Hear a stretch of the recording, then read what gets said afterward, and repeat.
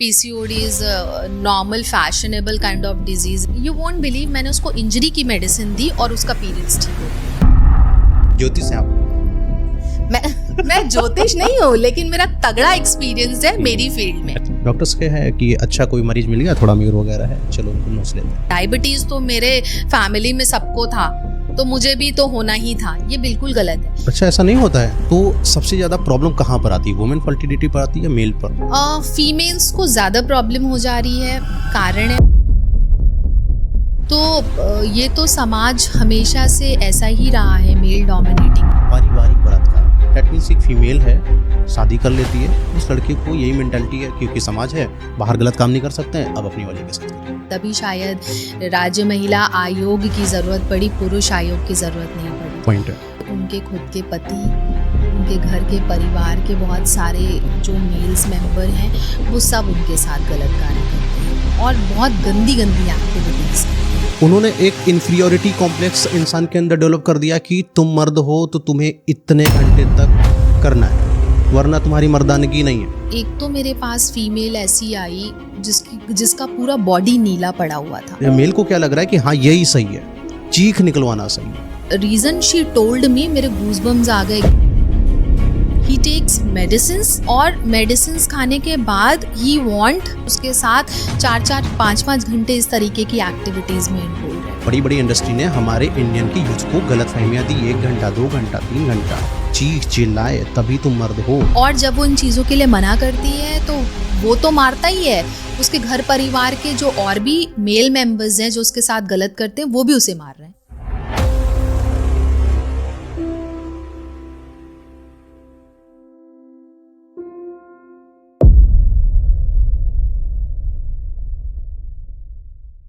दोस्तों, स्वागत है आपका हमारे इस नए पॉडकास्ट में। आज आपको मिलवाने वाले हैं एक ऐसे गेस्ट से जो होम्योपैथिक एक्सपर्ट हैं।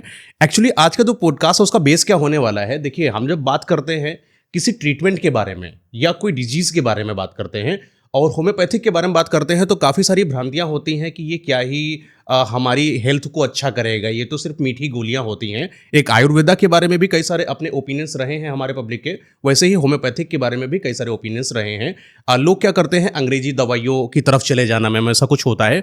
आप लोग होम्योपैथिक पैटर्न से बहुत अच्छे से लोगों का इलाज करती हुई आ रही हैं। मैम जो है, पहली बात तो डॉक्टर हैं, साथ में हमारे उत्तर प्रदेश की महिला आयोग की सदस्य भी हैं।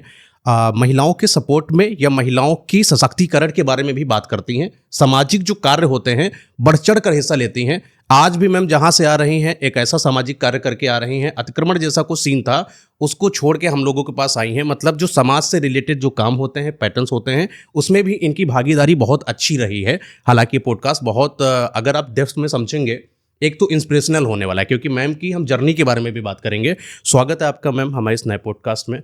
कैसी हैं आप? बहुत धन्यवाद आपका, और बहुत अच्छा लगा मुझे आपको ज्वाइन करके। अच्छा, जैसे कि जो होम्योपैथिक होती है इसके बारे में थोड़ा हम लोगों को बताइए। एक्चुअली क्या है, मैं ऐसे आपसे समझने की कोशिश करूंगा कि जैसे मुझे कुछ भी नहीं पता। हालांकि मुझे थोड़ा पता है, लेकिन मैं बेस लेवल पर बैठा हूँ कि जैसे सारे के सारे लोग हैं हमारे, उनको होम्योपैथिक बारे में बिल्कुल नॉलेज नहीं, ऐसा वो भी मानकर चलेंगे। उनको भी बस इतना पता है कि मीठी गोलियां, थोड़ा सा स्प्रे मार दिया, बस खिला दिया, ये क्या ही दवा सही करेगी। अब देखिए, आपने कहा क्योंकि मीठी गोलियां, तो कहते हैं ना छोटा पैक बड़ा धमाका। तो ये जो मीठी गोलियां हैं, इनमें इतना डायनामिक पावर होता है, वाइटल पावर होता है, जो कि आपकी इम्यूनिटी को बूस्ट करता है और जिसकी वजह से बॉडी किसी भी रोग से दूर रहता है। तो ये जो मीठी गोलियां हैं, ये इतना मिराकुलस ट्रीटमेंट होता है, ये मैं आपको बताऊं। बट ये बहुत डिपेंड करता है डॉक्टर के ऊपर कि वो पेशेंट की परेशानी को कितनी बेहतर तरीके से समझ पा रहा है, पेशेंट की डायग्नोसिस किस तरीके से कर रहा है उसके रोग की। और साथ ही साथ जब हम अपने सामने बैठे हुए पेशेंट का दिल, दिमाग, शरीर, वो सारी चीज़ें जो उसके कष्ट हैं उसको समझते हुए जब दवाइयाँ लिखते हैं ना, तो जो दवाई हम लिखते हैं वो बहुत इम्पैक्टफुल होती है। तो होम्योपैथी बहुत ही मिराकुलस ट्रीटमेंट है और बहुत ऐसे रोग ठीक हो जाते हैं जिसके लिए सर्जरीज की ज़रूरत पड़ती है। तो ये एकमात्र ऐसी पैथी है जिसमें ये कमाल का ट्रीटमेंट है। अच्छा, जैसे अंग्रेजी दवाइयों की बात करी जाती है, लोगों को थोड़ी सी प्रॉब्लम होती है, पेन किलर की तरफ भागते हैं, तुरंत गए मेडिकल शॉप पर, कोई भी एक ऐसी अंग्रेजी दवाई उठा ली, खा ली, कहीं ना कहीं एक तरीके से एनेस्थीसिया जैसा उनके लिए काम करता है। थोड़ा सा बताइए कि कैसे आपकी होम्योपैथी इस अंग्रेजी दवाइयों से अलग है। देखिए, सबसे पहले तो बिना डॉक्टर की सलाह से कोई भी दवा नहीं लेनी चाहिए। और यूजुअली जैसा आपने कहा कि मेडिकल स्टोर से लोग दवाइयाँ लेके खा लेते हैं। रोग भी देखिए कितनी स्पीड से बढ़ रहे हैं। उनको ये नहीं पता होता है कि आज हमने पेन किलर ले लिया तो इस पेन किलर का कितना बुरा इम्पैक्ट पड़ता है। अच्छा, पता होता है फिर भी लोग लेते हैं। लिवर, किडनी, हार्ट सारी चीज़ों को नुकसान पहुँचता है। अगर आप अपने मन से मेडिसिन्स ले रहे हैं, डॉक्टर प्रिस्क्राइब करेंगे तो वो दूसरी चीज़ होती है। लेकिन जो इस तरीके से मेडिकेशंस ले रहे हैं, इसका दुष्प्रभाव शरीर में पड़ता है, तुरंत नहीं पड़ेगा, लेकिन वो आगे चल करके पता चलता है कि अच्छा एसजीओटी एसजीपीटी बढ़ जा रहा है। आजकल आप लोगों ने देखा होगा कि जो भी अल्ट्रासाउंड करा रहा है सबके रिपोर्ट्स में फैटी लिवर, हेपाटोमाइगेली, जिसके लिए आप जब डॉक्टर को कंसल्ट करेंगे, डॉक्टर बोलेंगे ये तो कॉमन चीज़ है, सबके रिपोर्ट में आ रही है। बट क्यों आ रही है, क्यों आ रही है, इसकी भी डेप्थ में जाने की ज़रूरत है। अब आपने पूछा कि homeopathy is how different from allopathy. तो होम्योपैथी में क्योर है, किसी भी बीमारी को ख़त्म करने की क्षमता है। ये सिर्फ मैनेजमेंट नहीं करता कि हमने आपने एलोपैथिक पेन किलर दे दिया तो जो है दर्द ख़त्म हो गया, हमने कुछ डोलो वगैरह दे दिया, पैरासीटामोल दे दिया, तुरंत बुखार उतर गया। लेकिन वो बुखार फिर चढ़ेगा अगर टाइफाइड है, वो बुखार फिर चढ़ेगा अगर मलेरिया है, वो बुखार फिर चढ़ेगा अगर डेंगू है। तो हम क्या करते हैं कि प्रॉपर डायग्नोसिस करते हैं और उसके आधार पे किसी भी बीमारी का क्योर करते हैं। और बहुत सारे तो ऐसे रोग होते हैं जैसे ऑर्थराइटिस, जो लाइलाज बीमारी है, जिसके लिए जीवन भर लोगों को पेन किलर खाना होता है। लेकिन आप मेरा पेज उठा करके देखिए, मेरे पेशेंट्स के आपको सक्सेसफुल ट्रीटमेंट के फीडबैक दिखेंगे वहाँ पे कि कैसे पेशेंट्स का अर्थराइटिस 20 साल 25 साल पुराना चल रहा था, लेकिन पेशेंट ऐसी स्टेज में था कि जो चल भी नहीं सकता था, वो चला भी और दवाइयाँ बंद करने के बाद भी ठीक है। तो ये अगर कोई ट्रीटमेंट है, मिराकुलस ट्रीटमेंट किसी पैथी में, तो वो दमदार होम्योपैथी में है। क्या बात है। तो और आपको मैं बताऊँ, सर्जरीज़ के बहुत सारे ऐसे केसेस होते हैं, जैसे कि यूट्रस फाइब्रॉइड हो गया, या फिर स्टोन्स वगैरह हो गए, या फिर आजकल लंबर लॉर्डोसिस के केसेस चल रहे हैं, जिसमें कमर का भी कहा जाता है कि भाई आप सर्जरी करवा लो क्योंकि दिक्कत आ रही है। घुटना, नी रिप्लेसमेंट बहुत सुना होगा आपने। तो इन तमाम चीज़ों का इलाज होम्योपैथी में है। दवाइयाँ करके आप देखिए, लेकिन ट्रस्ट के साथ थोड़ा रुक करके दवाई करनी पड़ेगी, क्योंकि हम कोई पेन किलर से किसी को ट्रीट नहीं करते। हम उसके रोग को पकड़ते हैं, उसके आधार पे लक्षणिक ट्रीटमेंट करते हैं और उससे ही क्योर मिलता है। अच्छा, आपने बताया कि जैसे कि डोलो खा लिया या पैरासीटामोल जैसी चीज़ों को खा लिया। हालाँकि जब हमारे एलोपैथिक डॉक्टर से जिनसे मैं बात कर रहा था, तो उनका भी मतलब हर एक होता है ना, अपनी पैथी को सपोर्ट करने वाली बात करते हैं, लेकिन उन्होंने भी जो एक ख़ास स्टेटमेंट दी, उन्होंने बोला कि डोलो जैसी चीज़ आपके शरीर को हार्म करती है अगर आप ज़्यादा ओवरडोज़ लेते हो उस चीज़ की। Obviously that will impact your kidney, that will impact your liver. तो ऑब्वियसली उससे चल करके आगे प्रॉब्लम्स आपकी बढ़ने वाली हैं। अच्छा, आपने एक चीज़ बताई कि जैसे कि मैंने पेन किलर खाया, लेट भी मुझे बुखार है, ठीक है? डोलो या पैरासिटामोल जैसी चीज़ों को खा लिया, कुछ देर के बाद वो बुखार फिर से आ जाता है। ये क्यों हो रहा है? फिर डोलो सही क्यों क्योंकि नहीं कर रही है? आप क्या कर रहे हैं एक्चुअली कि पानी बहुत खौल रहा है, उसके ऊपर पानी डाल दे रहे हैं उसको ठंडा करने के लिए। पानी ठंडा करने का 2 तरीका है। पानी खौलता हुआ है तो उस पे या तो आप पानी डाल दीजिए तो तुरंत ठंडा हो जाएगा, या तो उसको गैस से उतार के नीचे रख दीजिए, धीरे धीरे उसको ठंडा होने दीजिए। तो होम्योपैथी कुछ ऐसा ट्रीटमेंट है जो धीरे धीरे थोड़ा सा इम्पैक्ट करता है, लेकिन आपके रोग को खत्म करेगा। और जो आपने ऊपर से पानी डाला, ये कुछ एलोपैथिक ट्रीटमेंट है कि हमने तुरंत दे दिया, तुरंत बुखार उतर गया और कुछ घंटे बाद फिर चढ़ गया। समझ पा रहे हैं आप मेरा example? I feel this is best example, सही बात। क्योंकि इसी तरीके से काम करती है एलोपैथिक ट्रीटमेंट। बट होम्योपैथी में थोड़ा समय ज़रूर लेगा, बट आपको पूरी तरीके से ठीक अच्छा, करेगा। होम्योपैथिक से थोड़ा सा हट के क्वेश्चन है। एक टैबलेट होती है जिसका नाम होता है डिस्प्रिन। हम्म, आपने भी, हमने सब लोग देखा है हम्म। और कहीं ना कहीं यूज भी करा है। हम्म। शायद आपने नहीं करा होगा या करा होगा, मैंने जो कभी भी है। नहीं किया, हाँ, because I am a doctor and my father is also आप होम्योपैथिक डॉक्टर तो बनी डॉक्टर। होंगी ना, तो तो आप। भगवान की कृपा से आई बिलीव इन हाँ, होम्योपैथी। हाँ। रोग कफ कोल्ड का हो चाहे कैंसर का हो, हम्म, हम लोगों ने इसका ट्रीटमेंट किया और पेशेंट्स को ठीक भी किया है। हम्म। तो I have big trust and faith. अच्छा, तो जो लोग ये डिस्प्रिन खा रहे हैं, क्या लगता है आपको इनको क्या प्रॉब्लम्स देखने को मिलेंगी? देखिए, डिस्प्रिन वगैरह जो होती है, तुरंत ये मेडिसिन्स लोग देते हैं, ले लेते हैं, इनका इम्पैक्ट भी उनको तुरंत समझ में आता है कि चलो हमें आराम मिल गया। लेकिन मैंने कहा ना, जो हमारी बॉडी के विसराज होते हैं, इम्पॉर्टेंट ऑर्गन्स होते हैं, वो धीरे धीरे कर करके उनका जो है इन्फ्लेमेशन बॉडी में बढ़ता है, और जिसकी वजह से समस्याएं आगे चल करके बड़ी निकल करके आती हैं। तमाम बड़ी बड़ी बीमारियां आजकल हो रही हैं, पहले के ज़माने में हमने ऐसा कुछ सुना नहीं था। तो बहुत सारे फैक्टर्स होते हैं, लेकिन आप कोई चीज़ एकदम से ले लो ऐसी, किस क्वांटिटी में आपको ज़रूरत है, किस क्वांटिटी में आपको लेना चाहिए। आप डॉक्टर से भी कंसल्ट नहीं कर रहे हो, मेडिकल स्टोर से ले रहे हो, तो ये सारी चीज़ें तो नुकसान करती हैं। Everybody knows and I feel कि अगर you are talking about Disprin, paracetamol और डोलो वगैरह, तो आपको एलोपैथिक डॉक्टर से ही कंसल्ट करना चाहिए। मेरी पैथी के बारे में मुझसे पूछिए, एक से एक आपको टिप्स दूंगी मैं। जैसा कि आपने बोला कि आपकी पैथी के बारे में बात करा जाए, तो पहले तो ये बताइए कि होम्योपैथी असल में क्या है? होम्योपैथी मिराकुलस ट्रीटमेंट है। मिराकुलस ट्रीटमेंट है, कैसे काम करती है? होम्योपैथी देखिए काम करती है वाइटल सिस्टम पे, इम्यूनिटी पे काम करती है। तो रोग हमारा जो होता है वही हमने सिम्टम्स के आधार पे अपने पेशेंट का जो भी उनकी परेशानी है उनको लिया, उसके आधार पे हम उनको ट्रीटमेंट देते हैं और लोगों को आराम मिलता है। अच्छा, जैसे हम किसी दवाई की बात करते हैं, क्योंकि एक जनता जो होती है, जनता को कभी भी ये नहीं पता चला था कि ये मेडिसिन्स होती हैं, ये होम्योपैथी होती है, ये आयुर्वेदी होती है, मतलब ज़्यादा नॉलेज नहीं थी। लेकिन जब एंशिएंट टाइम की अगर हम बात करें तो हमारी माँओं को इतना पता था कि अगर बेटे को बुखार आ रहा है तो उनको तुलसी का या इनका काढ़ा पिला दो। टाइप्स ऑफ आयुर्वेदा कहीं न कहीं ये हमारी देश जो है रिकॉग्नाइज़ कर रहा था। लेकिन समय के साथ जब आगे जनरेशन मॉडर्नाइज़ होती है, जैसे कि आपकी जो पैथी है मॉडर्न पैथी है, तो जहाँ पर आप जो है ट्रीटमेंट करके दवाइयों को आप लोगों ने बनाया। ये कैसे बनाया दवाइयाँ? देखिए पोटेंटाइजेशन के फॉर्म में इनको बनाया जाता है, और पोटेंटाइजेशन होने से ही होम्योपैथी का जो स्वरूप होता है वो बहुत वास्ट हो जाता है। जैसे कि आपने कहा कि मीठी गोलियां जो हैं, वो मीठी बहुत छोटी सी गोलियां आपको ज़रूर दिखेंगी, बट उसका जो पावर होता है वो इमेंस होता है, वाइटल होता है, और जिसकी वजह से बहुत लो पोटेंसीज में हम मेडिसिन्स को पोटेंटाइज करके उनका पावर बढ़ाते हैं। तो इसी वजह से आपने सुना होगा कि होम्योपैथी नुकसान नहीं करती। मेरे पास बहुत सारे ऐसे पेशेंट आते हैं, बहुत सारे एलोपैथिक ट्रीटमेंट करके, बहुत सारा बॉडी पे साइड इफ़ेक्ट लेके, और जब हार जाते हैं, मतलब एक्चुअल फैक्ट आपको बता रही हूँ, जब लोग हार जाते हैं सारी पैथी करके, तब होम्योपैथी में आते हैं कि चलो इसको भी देख लेते हैं, कम से कम फ़ायदा नहीं करेगी तो नुकसान नहीं करेगी। ये पेशेंट्स का फीडबैक होता है। बट जब वो हार करके हमारे पास आते हैं, तब उनको पता लगता है कि अभी तक वो जो ट्रीटमेंट ले रहे थे, और होम्योपैथी के बारे में एक और सोच लोगों की होती है कि बहुत धीरे काम करती है। ये स्लो प्रोसेस लेकिन होती है। हाँ, लेकिन जब वो मेडिकेशन होम्योपैथी करते हैं और जब ठीक डॉक्टर को विजिट करते हैं, तो इतना फास्ट रिलीफ, इतना अच्छा रिलीफ पेशेंट्स को मिलता है कि पेशेंट फिर स्वयं बताते हैं कि हमें एक तो नुकसान नहीं किया, हम बहुत सारी पैथी करके आए थे जिसकी वजह से बॉडी पे हमें मेडिशनल सिम्टम्स आने लगे थे, तो उनसे छुटकारा मिला, प्लस होम्योपैथी करके हमको इतनी राहत मिली।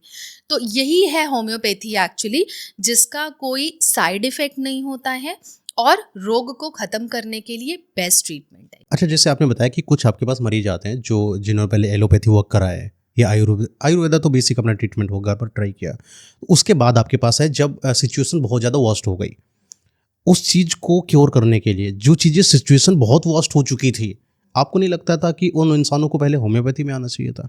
मैं ये अपने सारे पेशेंट्स को सजेस्ट करती हूँ, और जब मैं मेरे पेशेंट्स का फीडबैक वीडियोस भी बनवाती हूँ, तो उनमें मैं उनसे ये सवाल ज़रूर पूछती हूँ कि आपने कभी सोचा नहीं कि आपको होम्योपैथी करना चाहिए? पेशेंट का सीधे जवाब होता है नहीं। सीधा जवाब होता है नहीं। उसका कारण भी है, देखिए उसका कारण कहीं न कहीं शायद हम होम्योपैथिक डॉक्टर्स ही हैं कि हम फेथ नहीं अपने पेशेंट्स में डेवलप कर पाए, लोगों में नहीं डेवलप कर पाए। शायद हमारा ट्रीटमेंट इतना फास्ट नहीं था, इतना अच्छा नहीं था, इतना डेवलप नहीं था, कि एक मिथ बन गया कि ये स्लो प्रोसेस है। जी ma'am. But that is the cause I have started my page सेहत की बात डॉक्टर प्रियंका मौर्य के साथ, जिसमें मैंने अपने पेशेंट्स के साथ लाइव सेशन करना शुरू किया। जब उनका रोग, जैसे कि बहुत पुराने वो रोग लेकर के आते हैं, तो 15 दिन में उनको आराम हो गया, 20 दिन में आराम हो गया, तो हम एक फीडबैक वीडियो भी ज़रूर बनाते हैं कि आप 20 साल 25 साल से इस रोग से परेशान थे, तो आपको कैसा लगा मेरा ट्रीटमेंट? तो पेशेंट बताता है कि ये कितना अच्छा ट्रीटमेंट है, और इतने साल से हम झेल रहे थे, इतने साइड इफ़ेक्ट्स लेकर के झेल रहे थे, लेकिन होम्योपैथी में इतना हमें आराम मिला। फिर मैं उनसे एक सवाल भी ज़रूर पूछती हूँ कि आपने इतना ट्रीटमेंट किया, होम्योपैथी को लोग कहते हैं कि बहुत स्लो आराम कर दिए, तो आपका क्या कहना है? तो पेशेंट को लगता है कि नहीं, आपकी वजह से ये थॉट मेरा चेंज हुआ। तो ये पावर है मेरी, जो मुझे फील होती है कि लोगों में पहले वो अवेयरनेस भी क्रिएट करने की ज़रूरत है, जिससे लोग हमारे ऊपर ट्रस्ट करें, और जब ट्रस्ट करेंगे तो उनको कॉन्फिडेंस आएगा कि हाँ भाई, हम डॉक्टर साहिबा के पास जाएंगे तो ठीक हो जाएंगे। तो जब वो कॉन्फिडेंस डेवलप होगा तो ऑब्वियसली लोग एक्यूट स्टेज में हमारे पास आएंगे, क्रॉनिक स्टेज में जाने की उनको आवश्यकता नहीं पड़ेगी। तो वो ट्रस्ट डेवलप करने की शायद अभी भी बहुत ज़्यादा ज़रूरत है। दैट्स वाई पॉडकास्ट हम लोग शूट कर रहे हैं। इसका मतलब मेन एम ही यही था कि होम्योपैथी होता है ना, कि आपसे मैंने बात किया कि अंडररेटेड है कि ओवररेटेड है, बैक कैमरा तो आपने बोला कि ये तो बहुत ज़्यादा ओवर है, बिल्कुल। लेकिन जितना मैं जान रहा हूँ अंडररेटेड है। रीजन क्या है? जनता को इसके बारे में अवेयरनेस नहीं है।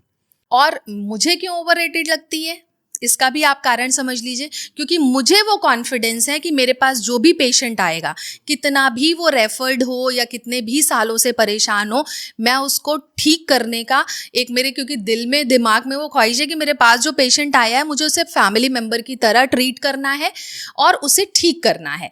तो वो कॉन्फिडेंस तब आता है जब मेरा पेशेंट रेगुलर बेसिस पे, ज़्यादातर सक्सेसफुल केसेस हमें अपने पेशेंट्स के द्वारा मिलते हैं।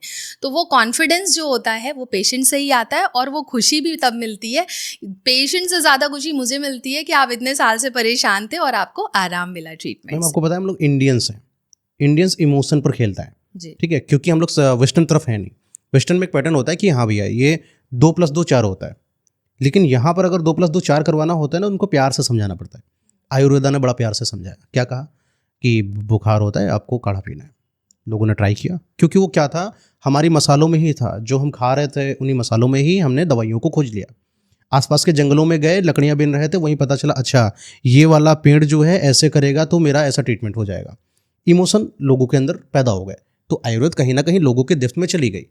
आयुर्वेदा हालांकि अपने आप में एक ब्रीफ नॉलेज है, लेकिन फिर भी आज हर एक घर में जो स्टार्टिंग फर्स्ट एड टाइप का अगर देखा जाए तो वहाँ पर ये काम करता है। हर कोई इंसान आयुर्वेदा की तरफ जाता है क्योंकि झुकाव है। माओ ने देखा, दादा ने देखा, दादी ने देखा, उनके नाना ने देखा, सबने वही ट्रीटमेंट देखा। तो अब आते हैं बात होम्योपैथिक पर।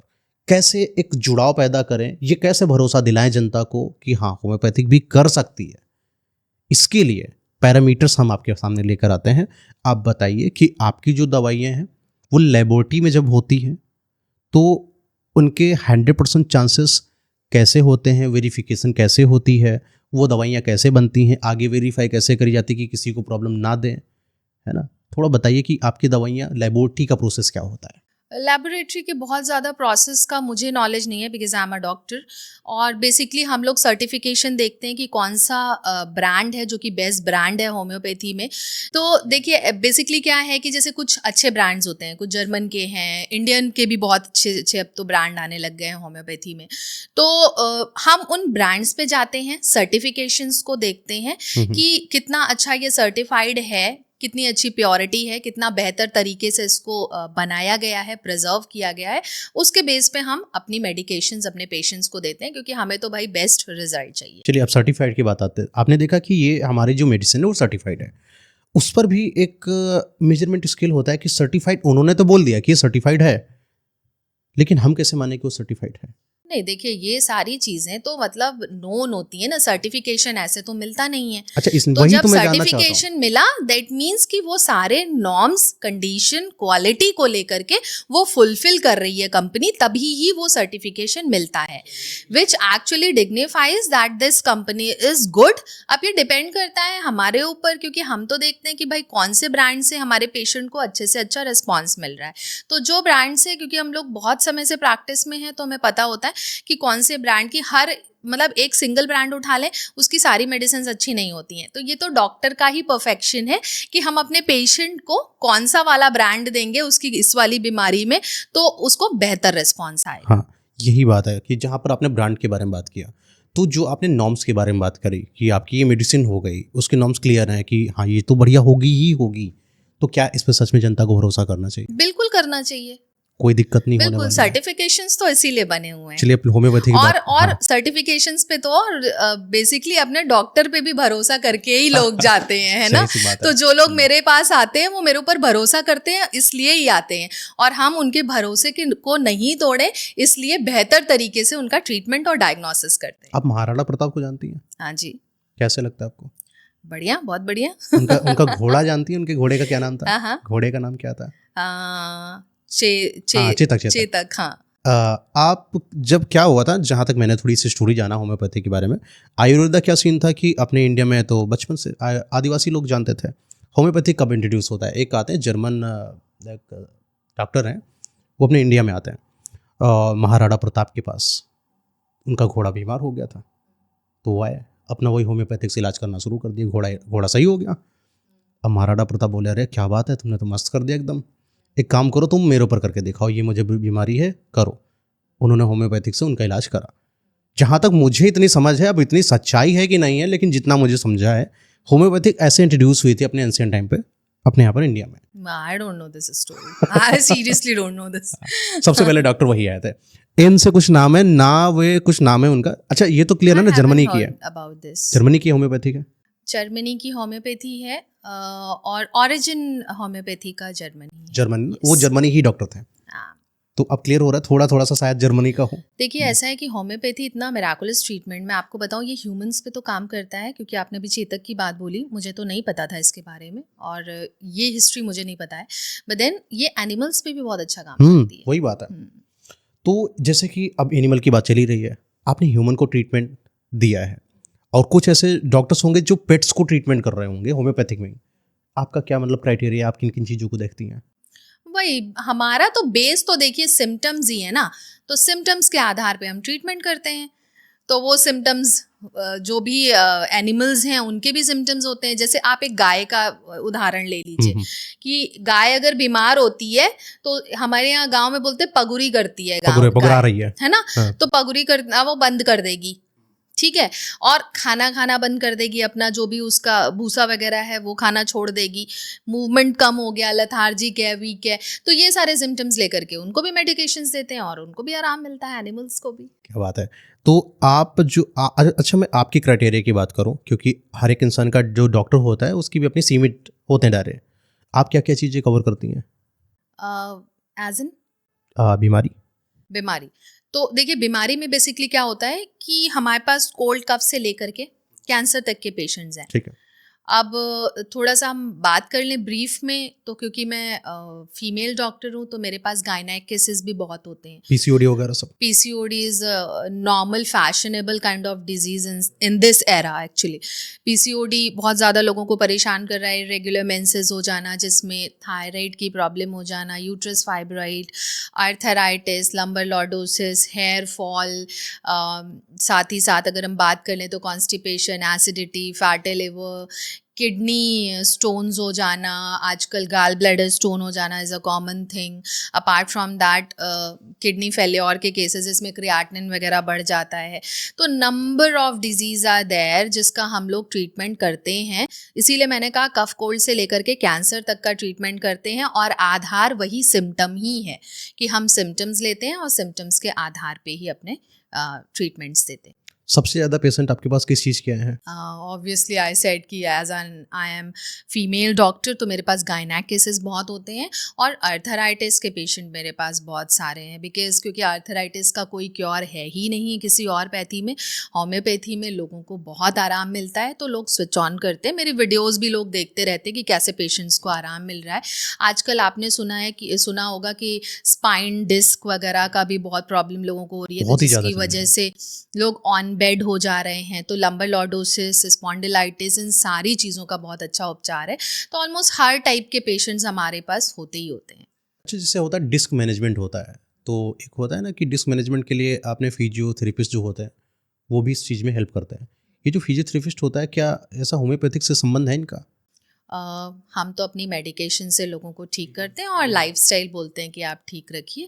फिजियोथेरेपी का तो वो ही बता पाएंगे ज़्यादा बेहतर अपने बारे में। चलिए, अब इस पर बात करते हैं जो अर्थराइटिस है। आपके पास केसेस तो आए, पर आपने ये भी देखा होगा कि क्यों हुआ अर्थराइटिस। एक्चुअली अभी आपने बहुत अच्छी बात बोली कि किस कारण से कोई रोग हो रहा है, ओरिजिन क्या है किसी रोग का, ये बहुत इम्पॉर्टेंट होता है। क्योंकि बेसिकली जिस कारण से कोई रोग शुरू होता है उसी कारण को हम लोग ट्रीट करते हैं और रोग आगे चल के ठीक हो जाता है। एक छोटा सा एग्जांपल मैं ले लूँ कि एक बच्ची मेरे पास ट्रीटमेंट के लिए आई, उसको पीसीओडी की प्रॉब्लम थी और लगातार वो तमाम ट्रीटमेंट्स डॉक्टर्स के पास ले रही थी एलोपैथिक, उसको कोई आराम नहीं हो रहा था, उसकी प्रॉब्लम्स दिन पे दिन बढ़ते जा रही थी, इरेगुलर मेंसेस की प्रॉब्लम थी उसको। और आपको मैं बताऊं, जब वो मेरे पास आई तो when I started taking history, थोड़ा हिस्ट्री लेने में मुझे समय लगता है, फर्स्ट टाइम मैं पेशेंट्स को अपने कायदे से समय देती हूँ 30 मिनट 40 मिनट, ताकि मैं समझ पाऊँ कि आखिर ओरिजिन क्या है इसके रोग का।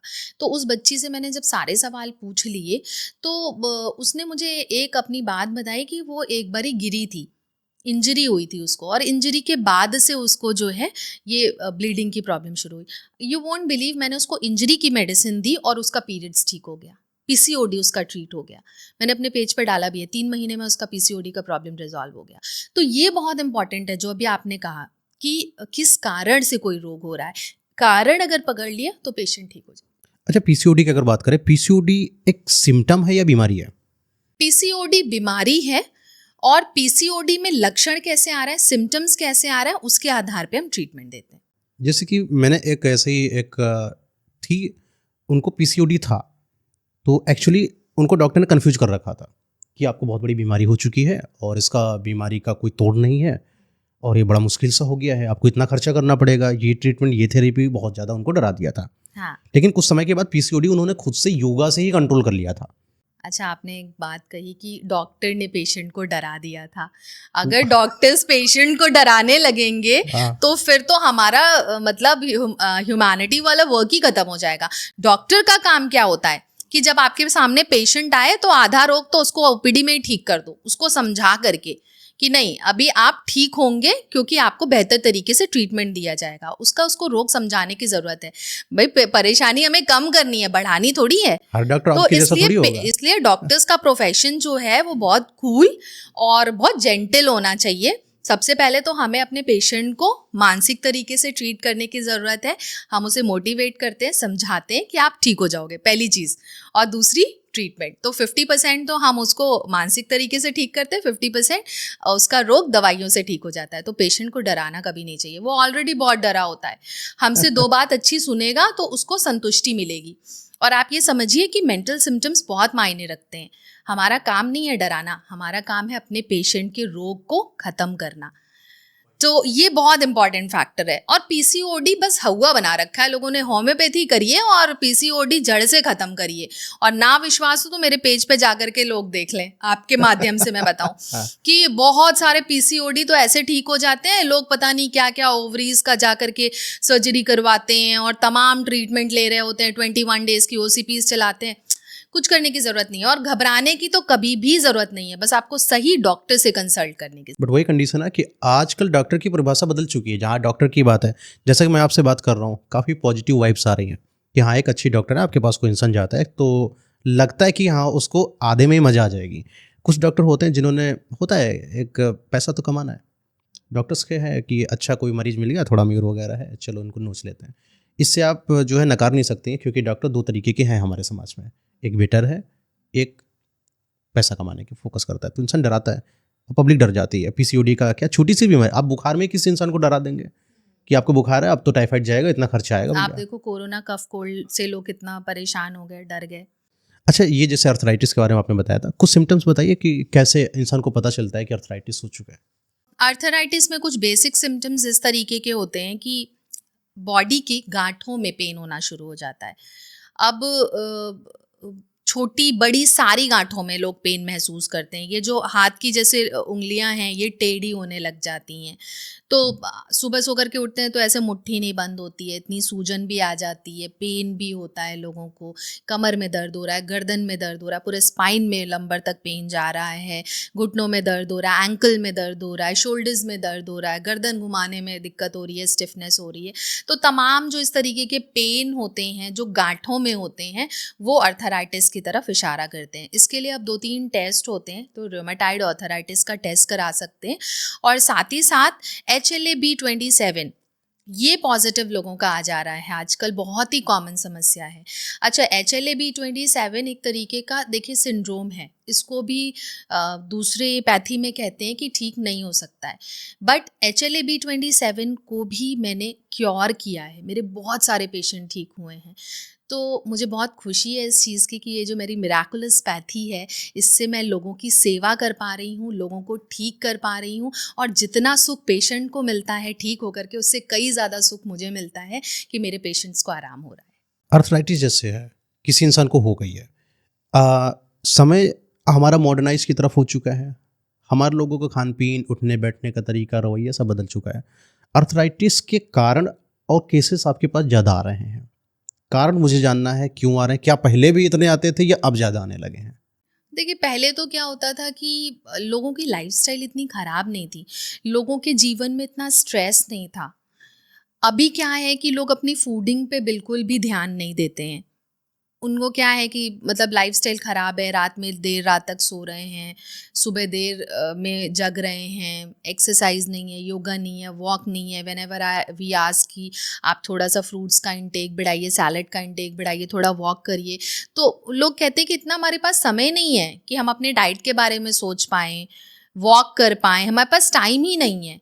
जो लोग आज समय रहते अपने बॉडी को समय नहीं देंगे, कल को आज जो कमा रहे हैं ना, वो कल को सब उसी में खर्च में चला जाएगा अपने सेहत को ठीक करने में, तो कोई फ़ायदा नहीं है। आप दो अपने जो भी आपका प्रोफेशन है उसको समय, लेकिन बहुत ज़रूरी है कि अपनी बॉडी के लिए आई जस्ट से कि 35 मिनट ज़रूर निकालो, ताकि कल को डायबिटीज़ ना हो जाए, बीपी ना हो जाए, थायराइड ना हो जाए, तमाम ऐसे रोग लोग लेकर के बैठे हुए हैं। और आप देखिए आजकल क्या है कि डायबिटीज़ हो जाना is a very common thing. तो अच्छा, लोगों को ये सुकून रहता है, अच्छा कोई बात नहीं ना, डायबिटीज़ हो गया तो आपको भी है, आपको भी है, चलो इन लोगों को है, मुझे भी हो गया तो क्या हो गया, है ना। और बहुत सारे लोगों के दिमाग में ये भी मिसकंसेप्शन है कि अच्छा डायबिटीज़ तो मेरे फैमिली में सबको था, तो मुझे भी तो होना ही था। ये बिल्कुल गलत है। अच्छा, ऐसा नहीं होता है? डायबिटीज हेरिडिटरी तो अगर आ रहा है तो आपको और भी ज्यादा सतर्क हो जाने की जरूरत है। नहीं, सतर्क होने में क्या करना है जी। अगर हेरिडिटरी चल रहा है तो मुझे भी होगा फिर तो, ऐसा हम लोगों को भ्रम है, ऐसी सोच है आपकी। हाँ। ठीक है, और आपको तो भगवान ने मौका दिया कि अगर आपके हेरिडिटरी में चल रहा है तो आप अपनी लाइफस्टाइल को इतना अच्छा रखो कि आपको ना हो। भाई आपको अगर हो गया तो आपके आने वाली पीढ़ी को भी होगा। पॉइंट है। तो इसलिए आपको तो ऊपर वाले ने मौका दिया कि पीछे वालों का था तो तुम सतर्क हो जाओ, लेकिन आप नहीं हुए सतर्क। आपने अपनी लाइफस्टाइल खराब रखी, आपने वॉक नहीं किया, आपने अपने डाइट को ठीक नहीं रखा, आपने समय को अपने पंक्चुअल नहीं रखा, तो आपको भी हो गया, क्योंकि आपके दिमाग में ये था कि अच्छा उनको था तो मुझे भी होना है। बट ये सही नहीं है। हम अगर स्ट्रेस का मैनेजमेंट करें, अपने लाइफस्टाइल को ठीक करें, तो आने वाली पीढ़ी को तो हम अपने ठीक रख सकते हैं। तो हमें ये जो अलार्मिंग सिम्टम्स होते हैं ना, उनका बहुत ध्यान रखने की जरूरत है और सतर्क रहना बहुत आवश्यक है स्वास्थ्य को ठीक रखने। अब आपने नाम बोल ही दिया डायबिटीज के बारे में, तो लॉट्स ऑफ जनता हमारी डायबिटीज से पीड़ित है। क्यों हो रहा है डायबिटीज? क्या शक्कर, रसगुल्ला, चीनी, मिठाई इसके खाने से हो रहा है? भाई सब खाओ, उड़ा के खाओ, लेकिन एक्सरसाइज जरूर करो, वॉक जरूर करो। 40 मिनट की अगर आपने वॉक कर ली, आपने लाइफस्टाइल को अपने ठीक रखा, आपने थोड़ा सा डाइट को ठीक रखा, स्ट्रेस को थोड़ा मैनेज करके रखा, मैं आपको कहती हूँ कोई हेरिडिटरी कैरेक्टर काम नहीं कर पाएगा। रसगुल्ले खाओ, अभी ठंड चल रहे हैं, गाजर के हलवे का मौसम है, वो खाओ, सब खाओ, बट एक्सरसाइज जरूर करो। आपने तो मना कर दिया। मैंने तो मना इसलिए कर दिया क्योंकि आई फील कि स्वीट इज पॉइजन, बट जिन लोगों को पसंद है मैं उनका बंद नहीं करा रही हूँ, उनको ये कह रही हूँ कि आप और सतर्क होकर के वॉक करिए ताकि आप वो मीठे का सेवन निरंतर कर सके। मुझे तो पसंद ही नहीं है। मैं तो I am very much diet conscious. मैं बहुत ध्यान रखती हूँ क्योंकि मेरे भी हेरिडिटरी कैरेक्टर्स में है, मेरे पिताजी को डायबिटीज है, तो मैं ये वाला अपने दिमाग में मिसकंसेप्शन नहीं लेके चलूंगी कि मेरे पापा को है तो मुझे भी हो ही जाना है। नहीं, मैं यहाँ से ब्रेक कर दूंगी। मैं अपने आप को इतना हेल्दी रखूंगी कि मुझे डायबिटीज ना हो। मैं स्ट्रेस को मैनेज करूंगी, मैं लाइफस्टाइल को मैनेज करूंगी, खुद स्वस्थ रहूंगी, तभी तो हमारे आने वाली पीढ़ी भी स्वस्थ रहेगी। 35 मिनट का आपने नाम लिया। चलिए एक टाइम टेबल बनाते हैं, बच्चों जैसे पुराने बच्चे होते हैं तो 12th क्लास में पढ़ रहे हैं, 11th में, एक टाइम टेबल बनाते हैं। हाँ। सुबह से शाम तक क्या करना है। 35 मिनट का टाइम टेबल दीजिए एक जनता को। Diet chart, diet chart, sorry diet chart नहीं, although I'm not a dietitian, नहीं डाइट चार्ट को हटा देते हैं। then too I can suggest। आप क्या करती हैं, आप अपने बारे में बताइए। अच्छा, मेरे लिए आप क्या मतलब पैटर्न, क्या लाइफस्टाइल पैटर्न बताइए, शायद उसी से लोग वैसा ही फॉलो करेंगे हम लोग। देखिए मेरे तो दिन की शुरुआत होती है गुनगुने पानी के साथ। चिया सीड वाटर लेती हूँ मैं, लेमन मिला करके। चिया सीड हाँ वाटर जी, लेती हैं? हाँ। अगर इसका इंटेक ज्यादा हो जाए तो भी ये हार्मफुल है, ऐसा मैंने सुना था। अति तो किसी भी चीज की बुरी होती है। लोग कहते अति हैं तो किसी प्रोटीन भी ज्यादा चीज की बुरी मिलेगा तो होती है। चिया सीड्स भर भर के खा रहे हैं। नहीं, तो यही तो गलत है, भर भर के नहीं खाना कितना है। खाना है? हर चीज की क्वांटिटी होती है ना। तो 1 table spoon is enough for a day, और उसको ओवरनाइट सोक करिए और पानी के साथ लीजिए। फिर क्या? अब इसी के साथ मैं डेली 2 घंटे की एक्सरसाइज ज़रूर रखती हूँ। एक्सरसाइज में क्या क्या होता है? एक्सरसाइज में मैं स्ट्रेंथ ट्रेनिंग भी करती हूँ, वॉक भी करती हूँ, क्रॉस ट्रेनर्स भी लेती हूँ, साइकिलिंग भी करती हूँ। और ठीक है, कभी कभी स्किप भी हो जाता है क्योंकि वर्क स्केड्यूल जो है वो बहुत हार्ड होता है। तो आई फील कि वीक में एटलीस्ट 5 दिन भी कायदे से एक्सरसाइज कर रहे हैं, सो दैट इज़ गुड। अच्छा, जिस दिन नहीं कर पाती हूँ एक्सरसाइज, उस दिन डाइट का और भी ज़्यादा ध्यान रखती हूँ। तो ये भी एक इम्पॉर्टेंट चीज़ है। और थोड़ा short meal at short interval. बहुत ज़्यादा पेट भर के खाना कभी नहीं खाती मैं, और ये मैं सजेस्ट करती हूँ मेरे पेशेंट्स को भी कि पेट भर के खाना कभी मत खाइए। थोड़ा भोजन थोड़ी थोड़ी देर पे लेते रहिए। तो इससे क्या है, ना कॉन्स्टिपेशन होगा, ना एसिडिटी होगी, ना इंडाइजेशन की प्रॉब्लम होगी। गर्ड, लोगों को आजकल हार्ट बर्न की बहुत प्रॉब्लम होती है, गला जल रहा है, पेट बहुत भारी लगता है, फूला हुआ लगता है। तो इन सारी चीज़ों से बचने के लिए बहुत आवश्यक है कि शॉर्ट मील शॉर्ट इंटरवल करें। और ये डायबिटीज़ के पेशेंट्स के लिए भी रामबाण इलाज है जो मैं आपको बता रही हूँ। क्योंकि सर्दियों का मौसम है, अभी आंवला बहुत अच्छा मिल रहा है, चुकंदर है, मतलब ग्रीन वेजिटेबल्स और सैलड का इस टाइम में सीजन है। तो ज़्यादा से ज़्यादा सैलड का सेवन। बच्चे ग्रीनी तो निकाल देते हैं सब्जी में से बाहर। यही तो हमें उनको बचपन से सिखाना है। और हमें अपने घर में कोई जंक फूड रखना ही नहीं है कि बच्चे उनका सेवन करें। बहुत इंपॉर्टेंट है ये। तो बच्चे जो आजकल मैगी खा रहे हैं, मेरे एक पेशेंट ने बताया कि उनकी 3 साल की बच्ची अचार खाती है।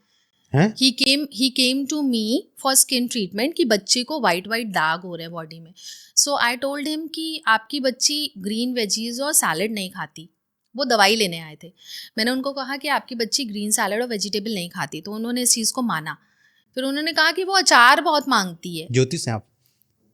मैं ज्योतिष नहीं हूँ, लेकिन मेरा तगड़ा एक्सपीरियंस है मेरी फील्ड में। अच्छा ठीक है, बताइए। तो मैं मेरे पेशेंट्स को जब देखती हूँ तो मैं समझ जाती हूँ कि किस कारण से आपको कौन सा रोग हो रहा है। तो स्किन में वाइट हो रहा था, तो मैंने उनको बताया और वो इस चीज़ को अग्री भी किए। सो आई टोल्ड हिम कि आपको उसकी डाइट चेंज करने की ज़रूरत है, आपको मेडिकेशंस की आवश्यकता नहीं है, और ना तो मैंने उनको मेडिकेशन दिया। तो ये तो पेरेंट्स पर डिपेंड करता है कि बच्चे क्या खा रहे हैं, है ना। क्योंकि हम उनको बच्चों को शुरू से किस तरीके की चीज़ों में इनरोल कर रहे हैं, क्या उनको खिला पिला रहे हैं, वो हमें बच्चों को बचपन से ही सिखाना है। आगे चल करके कैसे नहीं तो वो सीख पाएंगे। हम बचपन से ही उनको ग्रीन वेजीज नहीं देंगे तो उनको आदत ही नहीं रहेगी। तो कहीं ना कहीं हम भी उसके लिए रिस्पॉन्सिबल हैं। अच्छा, लोग कहते हैं कि अच्छा दे दिया लेकिन फेंक दे रहा है बच्चा। अरे फेंकने दो, 2 दिन फेंकेगा, 4 दिन फेंकेगा, बट देन उसको खाना पड़ेगा। मेरी खुद की बेटी 7 साल की है और I never introduce Maggi to her. नहीं देती मैं ये सब चीज़ें उसको। मैं उसको ग्रीन वेजीज देती हूँ, सैलड देती हूँ, और वो खाती भी है, मन से खाती है। ठीक है, कभी कभी उसका मन होता है कि बाहर का खाए तो खा सकते हैं, बट नॉट ऑलवेज। क्योंकि अति, वही अभी बात हो रही थी ना, अति किसी भी चीज़ की बुरी होती है। मैम अपने एक्सरसाइज के बारे में तो बता दिया, अब आगे थोड़ा बताइए। एक्सरसाइज हो गई आपकी, अब थोड़ा सा आगे क्या? अभी डेली चल रहा था ना, आप क्या कर रही हैं? अच्छा, मेरी लाइफस्टाइल के बारे में। ओके, एक्सरसाइज हो गई। डाइट में वही बताया मैंने, short meal at short interval और nutritious diet, dry fruits. Nutritious diet, English word जनता के लिए जानना थोड़ा सा मुश्किल। संतुलित आहार। संतुलित आहार, हाँ। नहीं, न्यूट्रिशियस ये इतना जानते हैं। अब इसी को थोड़ा सा तोड़ते हैं। न्यूट्रिशियस क्या? न्यूट्रिशियस जो भी, देखिए बहुत सारे, एक और चीज़ मैं कहना चाहूँगी वो ये कि लोग क्या कहते हैं कि मतलब गाजर खा रहे हैं तो पूरे 12 महीने खा रहे हैं, ठीक है, ब्रोकली ले रहे हैं पूरे 12 महीने ले रहे हैं। आपको एक और चीज़ पे फोकस करना है कि कौन से फल या सलाद का सीज़न चल रहा है। प्रिजर्वेटिव मत खाइए। आजकल क्या होता है कि बड़े बड़े जो स्टोर्स होते हैं उनमें आप स्टोर करके वेजीज रखते हैं।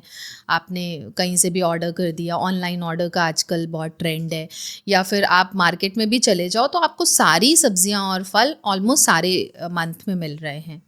तो इसका भी ध्यान रखना है कि जो सीज़न में जो फल और सब्जी की उपज है वो ही खाएं। ये बहुत इंपॉर्टेंट है, प्रिजर्वेटिव नहीं होना चाहिए वो। और संतुलित आहार मैंने इसलिए कहा कि हर चीज़ की मात्रा प्रॉपर होनी चाहिए। तो आप ग्रीन वेजीज लीजिए, सैलड्स खूब सारा लीजिए, और फ्रूट जूस मत लीजिए, फ्रूट्स को खाइए। क्यों? कारण ये है कि जैसे अगर मान लीजिए कि एक ऑरेंज है, एक ऑरेंज मैंने खाया तो मेरा पेट भर गया, लेकिन अगर आप जूस लेंगे तो कम से कम 5-6 ऑरेंजेस का उसमें वो मिलाना पड़ेगा, तो जूस तो 5-6 ऑरेंजेस से बनेगा। तो उससे क्या होगा कि आप 5-6 ऑरेंजेस का जूस ले रहे हैं, juice which is sugar, sucrose, fructose, है ना। अभी क्या है कि जब आप एक ऑरेंज खा रहे हैं तो उसके साथ फाइबर भी जा रहा है, पल्प जा रहा है उसका। जब फाइबर जा रहा है तो वो that is good to reduce constipation, acidity की प्रॉब्लम, है ना। तो पेट अच्छे तरीके से साफ होगा, और जिन लोगों का पेट ठीक तरीके से साफ होता है उनको कोई भी रोग नहीं हो सकता। ये भी बहुत महत्वपूर्ण बात है। तो कोई भी फ्रूट को खाइए, उसके जूस से बचिए। और क्योंकि डायबिटीज़ की हम बात कर रहे थे, तो जो डायबिटिक पेशेंट होते हैं उनको भी सिर्फ एक फल दिन भर में लेना चाहिए, ज़्यादा नहीं बट एक फल ज़रूर लेना चाहिए। एप्पल ले वो फल सकते कौन सा हैं, है? एप्पल ले सकते हैं, Apple is good. Apart from that oranges ले सकते हैं, पपीता ले सकते हैं, जो भी सीजनल फल, और सलाद ये मैंने पहले ही मेंशन किया। और ड्राई फ्रूट्स का सेवन, पानी ज़रूर लेना। ब्लैक कॉफ़ी मैं ज़रूर लेती हूँ, because black coffee is very good for liver को डिटॉक्सिफाई करने में ब्लैक कॉफ़ी बहुत ही अच्छा है। सो ब्लैक कॉफ़ी ले सकते हैं, एक दो ग्रीन टी ले सकते हैं, और बस यही छोटी छोटी सी चीज़ें हैं I do in my lifestyle. तो ये आपका शाम तक का हो गया है। जी। अब आते हैं डिनर के पास। डिनर मैं थोड़ा बुरा कर लेती हूँ एक्चुअली, पूरे दिन टाइम क्योंकि नहीं मिलता है मुझे। हाँ। तो रात में डिनर थोड़ा सुकून से होता है, तो मैं अच्छे से रात में खाना खाती हूँ। मैं अच्छे से में क्या खाती हैं? चपातीज़ लेती हूँ, वेजीज लेती हूँ, सैलड लेती हूँ। रात में सोने से पहले 1 ग्लास दूध भी ज़रूर लेती हूँ। दूध के बारे में बात करते हैं। लोग कहते हैं कि जो दूध होता है, आज के, मैं 10 साल पहले की बात करता हूँ, लोगों के घर में घी, दूध, मट्ठा, छाछ भर भर के था। लेकिन आज इंसान जब दूध पीता है तो वो डाइजेस्ट नहीं कर पा रहा है। यहाँ पर क्या प्रॉब्लम आ रही है? मैं तो 2 घंटे एक्सरसाइज करती हूँ, That's इसलिए मुझे point. डाइजेशन में प्रॉब्लम नहीं होती है। अच्छा, तो डाइजेशन जिन नहीं कर लोगों को हाँ। डाइजेशन में प्रॉब्लम होती है, वो वही चीज़ें हैं कि आपको अपना आहार पे ध्यान देना है कि और इसी के साथ आपका लाइफस्टाइल में थोड़ा सा एक्सरसाइज, वॉक, ये सब चीज़ें ज़रूर होनी चाहिए, तो डाइजेशन भी ठीक रहेगा। मैंने कहा कि फाइबर डाइट बहुत इंपॉर्टेंट है, पानी का प्रॉपर मात्रा होना, plenty of water intake is also very important. तो ये सारी चीज़ें जो लोग करेंगे उनको इंडाइजेशन होगा ही नहीं। एक चलती समस्या एसिडिटी, और वो एसिडिक जो होता है डकार के साथ साथ आ रही होती है। ये इसका क्या कारण होता है? बहुत ही कॉमन समस्या। मुझे ऐसा लगता है कि अभी आप रोड पे चलते किसी को पूछ लो तो 10 में से 10 कहेंगे कि हमें ये दिक्कत हो रही है। कारण एक तो देखिए स्ट्रेस भी है ना। आजकल लोगों को IBS हो जाया करता है। IBS is what? Irritable bowel syndrome. क्यों हो रहा है? मल्टीपल, कोई भी चीज़ सिंड्रोम कब बन जाती है? जब मल्टीपल सिम्टम्स मिल जाते हैं। तो बेसिकली जो लोगों को बर्ब्स आ रहे हैं, एसिडिटी हो रही है, वो क्यों हो रहा है? क्योंकि उनका पेट ठीक तरीके से साफ़ नहीं हो रहा है। पेट क्यों नहीं ठीक तरीके से साफ़ हो रहा है? आप सुबह उठ रहे हैं, तुरंत ऑफिस के लिए भाग रहे हैं, एकदम जल्दी जल्दी, खाने का ध्यान नहीं है, एक्सरसाइज का ध्यान नहीं है, पूरे दिन टाइम नहीं मिला तो पानी भी नहीं पी पाए। तो ये सारी चीज़ें जब आप कर रहे हो, और पूरे टाइम सीडेंट्री लाइफस्टाइल होने की वजह से आपको पूरे टाइम लैपटॉप के सामने बैठना है, फ़ोन चलाना है। अच्छा, समय मिला तो वॉक नहीं कर लेंगे, फ़ोन चलाने बैठ जाएंगे। तो ये सारी चीज़ें जब हम कर रहे होते हैं तो धीरे धीरे करके हमारा मेटाबॉलिज्म वीक हो जाता है। पेट ठीक तरीके से साफ़ नहीं होगा। जब साफ़ नहीं होगा तो क्या होगा? इंटेस्टाइन में सड़ रहा है, खाना सड़ रहा है, तो वो ऊपर आएंगे, बर्ब्स आएंगे तो गंदी डकारें आएंगी, और लोगों को गले में जलन वगैरह की शिकायत होती है। तो ये बहुत इंपॉर्टेंट है कि जिन लोगों को एसिडिटी से बचना है उनको ठीक तरीके से अपना आहार लेना चाहिए, ताकि पेट ठीक तरीके से साफ़ हो। पेट अगर अच्छे से साफ़ होगा, एसिडिटी हो ही नहीं सकती। अच्छा, मैं एक वीडियो देख रहा था जहाँ पर ऐसे जो डॉक्टर हैं, जो मतलब ऐसे नली में कैमरा डालकर एंडोस्कोपी। अच्छा, इसको ये वर्ड बोलते हैं। तो वो वीडियो दिखा रहे थे, तो वहाँ पर ऐसा ये था कि जो अंदर की नली हैं उनमें छाले पड़े हुए हैं। ये जो छाले पड़ जाते हैं, इसका कारण उन्होंने स्मोकिंग बताया हुआ था। और होम्योपैथिक में अगर कोई इंसान स्मोकिंग करता हुआ आता है, उसको आप लोग कैसे ट्रीट करते हैं? देखिए, डी एडिक्शन की भी हमारे पास मेडिसिन्स होती हैं, बट वही है कि हम अपनी मेडिकेशंस तभी देते हैं जब कोई छोड़ना चाहता है किसी रोग, किसी भी इस टाइप की चीज़ों को, हैबिट को। दिस इज़ हैबिट, कि आप बहुत ज़्यादा स्मोक कर रहे हैं, बहुत ज़्यादा ड्रिंक कर रहे हैं, तो अगर डी एडिक्शन के लिए भी आप चाहते हैं तो उसके लिए भी हमारे पास मेडिसिन होती हैं, तो वो हम प्रिस्क्राइब करते हैं डी अपने एडिक्शन पेशेंट्स जैसे को। आपने बताया तो लोगों का होता है, फायदा होता है लोगों को? देखिए, पहले तो हम उनका कंसेंट लेते हैं कि आप छोड़ना चाहते हो या नहीं। अगर आप छोड़ना चाहते हो तब तो आप मेडिकेशंस लो, तो इसका आपको फ़ायदा मिलेगा। अगर आपके अंदर वो विल पावर नहीं है छोड़ पाने की, तो दवाइयाँ नहीं काम करेंगी। तो कोई भी तो आई एम पैथी काम वेरी नहीं स्ट्रेट करेगी। फॉरवर्ड। हाँ, तब तो कोई पैथी काम नहीं करेगी, आप कोई भी लगा लें। अगर इंसान को मतलब कि खाना है जंक फूड और फिर वो बोले कि मुझे हेल्थ भी बनानी है, it's not possible. That is not possible. परहेज़ तो करना पड़ेगा। हाँ, हाँ, परहेज तो जाएगा। हाँ। अब एक बात आती है, जब परहेज पर ही एक और बड़ी कॉमन सी सिम्टम देखने को मिलता है, फैटी लीवर। कारण क्या होता है फैटी लीवर का?